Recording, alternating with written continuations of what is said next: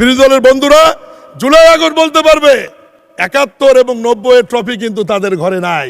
১ minute, বিরোধী দলের বেঞ্চেও মুক্তিযোদ্ধা রয়েছেন। অসংখ্য মিথ্যা তথ্য এখানে এসে আজকে বিরোধী দলের বন্ধুদের বলতে চাই, আপনারা রাষ্ট্রপতি ভাষণের দিনে ওয়াকআউট করেছেন।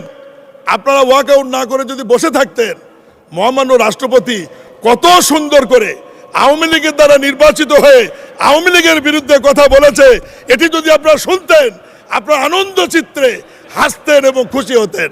আমি বলবো এটা আপনাদের দুর্ভাগ্য। আজকে বিরোধী দলের বন্ধুরা জুলাই আগস্ট বলতে পারবে, ৭১ এবং ৯০ এর ট্রফি কিন্তু তাদের ঘরে নাই।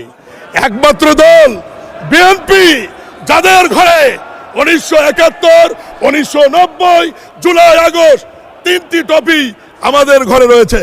১ মিনিট, বিরোধী দলের বেঞ্চেও মুক্তিযোদ্ধা রয়েছেন। আমি নিজেই রণাঙ্গনে দেখেছি গাজী নজরুল ইসলাম সাতক্ষীরা, তিনি একজন মুক্তিযোদ্ধা। Please continue. বিরোধী দল হইচই করে বলতে পারেন মাননীয় স্পিকার, ৯০ তাদের কথা বলতে পারে, কিন্তু ৮৬ সালের নির্বাচনে ঢাক ঢোল পিটে তাই আওয়ামী লীগের সঙ্গে গিয়েছিল, আমরা যাইনি মাননীয় স্পিকার। আজকে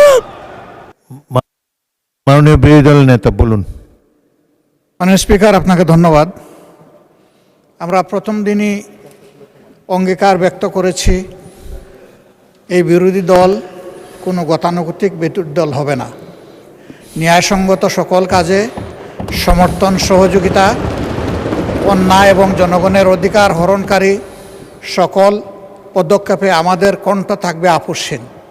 আমরা সে কথাই বলেছি।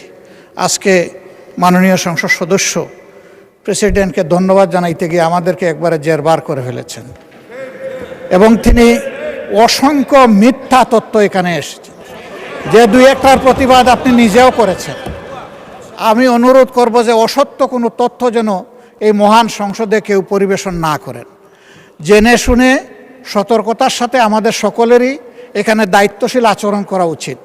যে জিনিসগুলো অসত্য, বিভ্রান্তিকর, আমি অনুরোধ করব তা এক্সপাঞ্জ করা হোক। ধন্যবাদ মাননীয় প্রেসিডেন্ট।